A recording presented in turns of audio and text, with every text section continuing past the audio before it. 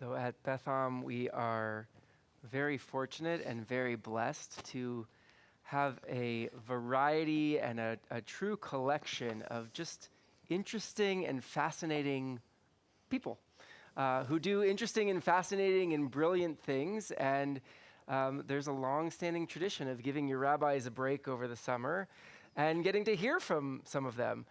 So tonight it's really my pleasure and honor to welcome David Eagleman to share, I didn't enunciate that very well, David Eagleman, to share some of his gifts with us. Great. So welcome, David. Thank you, Rabbi and Cantor. It's such a pleasure to be here. It's a very beautiful evening, but what I decided to talk about tonight is polarization.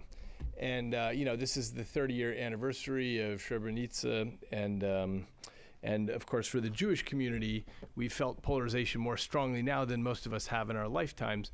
But even beyond the big things, if you look up and down any aisle here, you'll find people from Biden to Trump and everywhere in between, Magistan and Wokistan, and everything is represented here, just like in any community. And even within families, you find this stuff. And so what I thought I'd talk about tonight is why we all think we're right and everyone else is wrong. Because no matter where you are on the spectrum, that's where it is. Now, I want to address a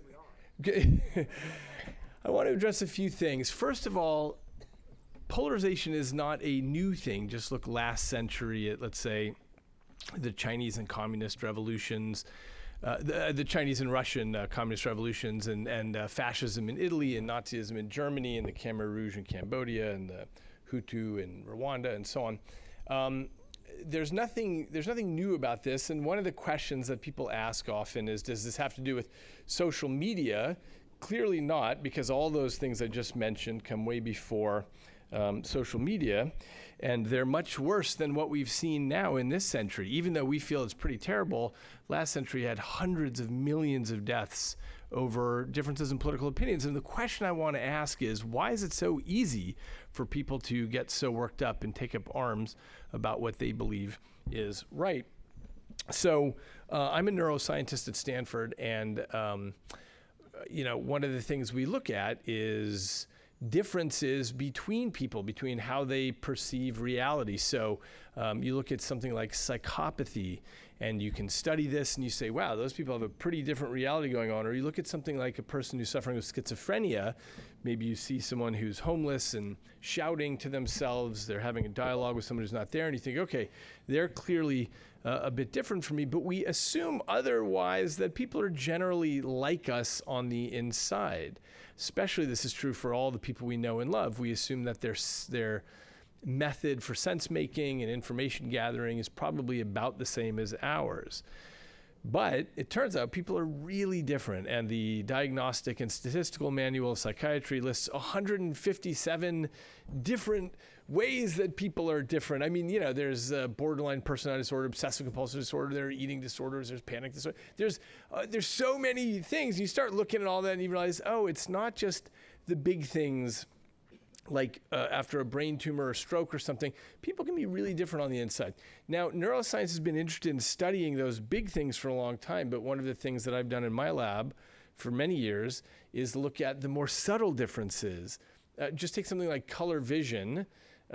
Most of us are seeing the colors the same way, but some of us are colorblind, and we're having a different experience. A very small fraction of the female population has not just 3 types of color photoreceptors, but 4 types, which means they're seeing colors that the rest of us can't even imagine. It's called tetrachromacy. So we're all having a different experience just sitting here. Some of us have synesthesia, which is where sounds or letters of the alphabet or things like that might trigger a color experience. And to those people, that's just reality. And to the rest of us, that's not reality. There's a spectrum on how well you can imagine visually, from what's called hyperphantasia, where you're seeing something so clearly like a movie, to aphantasia, where you're not really picturing anything on the inside. Anyway, we can measure these things increasingly in neuroscience, and what we find is that there's a lot of differences between people. Okay, so the question is, why are there so many differences between people? Is it nature? Is it nurture? The answer, you may know, is both. The nature-nurture debate is completely dead. Genes matter a lot. I mean, look, I compiled a table a while ago about if you're a carrier of a particular set of genes, your chances of committing violent crime go up by 882%. So genes matter, right? Now, in case you're curious, we summarize that set of genes as the Y chromosome. If you're a carrier, we call you a male. Genes matter, but also your environment matters because, everything that you do once you drop into the world, you're absorbing the world, and that is shaping who you are. So both of those matter. But what this comes down to is somehow, as a result of our genes and our environment, we land on our opinions of the truth. And we go into the voting booth and we think, I'm clearly doing the right thing. And what all those other morons are doing, I don't know why. And they're either obstreperous or they're trolls or they're misinformed. And so the question I've been wondering about is, how do we land on our own versions of the truth? Why do we believe our own versions? And to explain this, I need to tell you about this concept of the internal model. Essentially, your brain is locked in silence and darkness inside the skull. It doesn't have direct access to any of this. And what it's trying to do all the time is put together a model of what's happening in the world. It's like your own tiny little diorama going on in there of what you think is happening. And this is, where is my house located? Who do I expect to be home when I get there? Where's the coffee machine? All the things are stored in your internal model, but also your political beliefs, what you believe to be true, without a doubt, the things that you know are true. And so the very interesting thing, which I've been studying for a long time, is why is this weird thing that our internal models are so limited. We think we know stuff until the surface gets scratched. So I'll just give you an example. There's something called, how many people have heard of the Dunning-Kruger effect? I'm just curious. Okay, great. Wow, that's cool. Like 20%. The Dunning-Kruger effect, for anyone who doesn't know, it's that the less you know about a topic, the more confident you are in it. And as you start learning more about a topic, you get less confident in it. And it's like this with everything in our lives. And so there are so many things that we think we know that we don't. For example, if I asked any of you, hey, do you know how the Electoral College works? You'd say, sure. And I say, okay, can you explain it to me? And you start explaining and you realize you get stuck somewhere. Okay, this is the illusion of complete understanding that we all suffer with all the time. We think we've got it all, and in fact, we don't. We have very impoverished internal models. And so what this encourages us to do, I think, is to really consider having dialogue with people and really listening to other people's points of view instead of going into a conversation thinking, okay, how am I going to convince that person that they are wrong? Because I know they're wrong. Trying to adopt their point of view, and it doesn't mean you have to agree with them, but you can at least try a little bit to understand them. And this leads me to the last thing I'm going to talk about, which is the notion of empathy.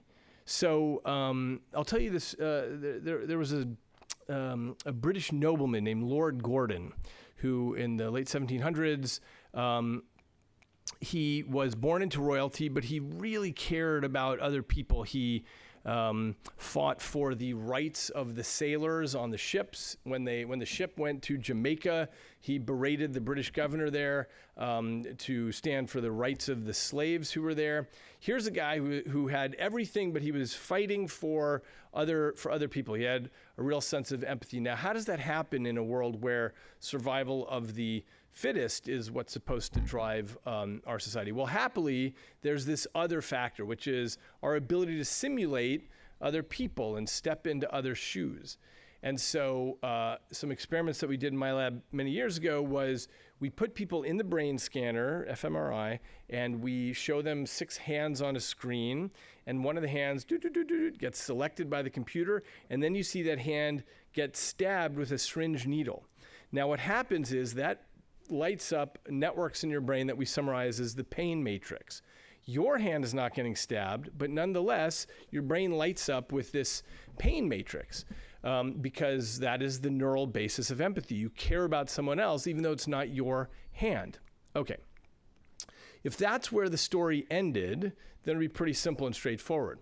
But coming back to Lord Gordon, in 1789, he had such antipathy for his Catholic neighbors that he led the Gordon riots. He led 50,000 people in London in the largest domestic upheaval that London ever had, where they burned Catholic churches and burned Catholic homes and things like that, because he hated Catholics. Okay, so how is a guy who has the capacity for empathy, how is it that he is so able to do this kind of thing? Well, this, unfortunately, is our drive for in-groups and out-groups, which is very fundamental to who we are. And so what I did in this experiment in the scanner was I took these 6 hands and I labeled each hand with a one-word label: Christian, Jewish, Muslim, Hindu, Scientologist, atheist. Now the computer goes around, picks one of the hands, you see the hand gets stabbed, and the question is, does your brain care as much if it's not your in-group getting stabbed? And that's exactly what we found. We measured 132 people of all different faiths, including atheists, and what we found is that when their group's getting stabbed, their brain has a big empathy response, and when it's an out-group, it has a much smaller response. Very big difference. And so this is sort of a depressing thing, which is that we really care about our in-groups and out-groups. We fundamentally are quite tribal, and you see this across the animal kingdom with all sorts of situations. And so the question is this tribalism always going to win out? Are we going to constantly see wars raging? Or are there things that we can do, not just us, but hopefully the whole world, figure out ways to increase our capacity to understand other people? So I'm going to suggest a few. One of them is, first of all, just understanding our own biases. This is why I think public dissemination of science matters, because when we understand these things and we really put ourselves under the spotlight, we start to see, okay, yeah, I have these biases. This is how they manifest in my life. Next thing is getting a better model of other people. So when you disagree with your brother or your coworker or whatever, really making the attempt to step into their shoes and think about, okay, what is it from their point of view? I'm going to assume they're not just being a troll for the sake of it. They really believe what they're saying. And the question is why? What's the reason? And really making better models of each other. Another thing on a general societal level is coming to understand the tools of propaganda. So we all have seen in all the wars in the world, whenever you want to dehumanize another group, what you do is you associate them with animals or with viruses or something like that. You say, oh, they're rats, they're apes, they're virus. And this is what causes what's called moral pollution, because now when you think about that group, that's associated with something else, and you're more easily able to do it. So as soon as you learn those tricks of propaganda, then it's easier to be immune to them. Another thing is about blinding our biases. We all have biases, but there are many, for example, there are many companies that do this sort of thing, like when they're, when the big tech companies are interviewing people for software positions, they just say, submit your code. I don't care if you're a man or a woman, black or white, whatever's going on, just submit your code. I'll look at it, and that's how we'll make the hiring. You've probably heard of orchestra hires where they do the audition behind a curtain, things like that. And the fifth one that I'm really interested in is something that I'm trying to put the words on, but I think it has to do with entangling your affiliations. So I'll give you an example. In the late 1700s, also in North America, around Wisconsin area, there were 5 tribes of the Iroquois Native Americans, and they all fought bloody wars all the time. These 5 tribes were constantly fighting with each other. So they got a new leader of the Iroquois who came to be known as the Great Peacemaker. And what he did is he assigned to each person in each tribe a different clan membership. So he said, okay, you're a member of the Eagle clan, you're a member of the Eel, you're a member of the Bear clan, you're a member of the Heron clan, and so on. So the important part is that these were cross-cutting allegiances. So now you say to me, hey, let's go invade that other tribe across the way. And I say, I would, but actually I'm an eagle and he's an eagle too. And so we've kind of got this cross-cutting relationship here, and that complexified things. And that actually really worked.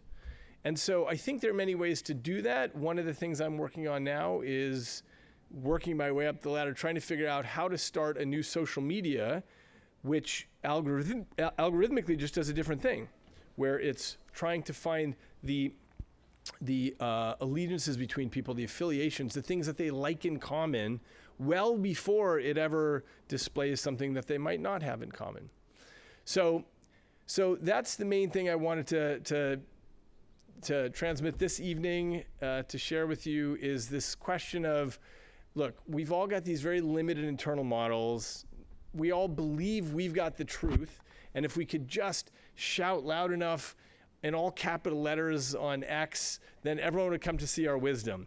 But because everyone believes that, it's worth trying to figure out what we can do to take a broader view and hear other people. As Voltaire said, uncertainty is an uncomfortable position, but certainty is an absurd position. So thank you, and have a great Shabbos.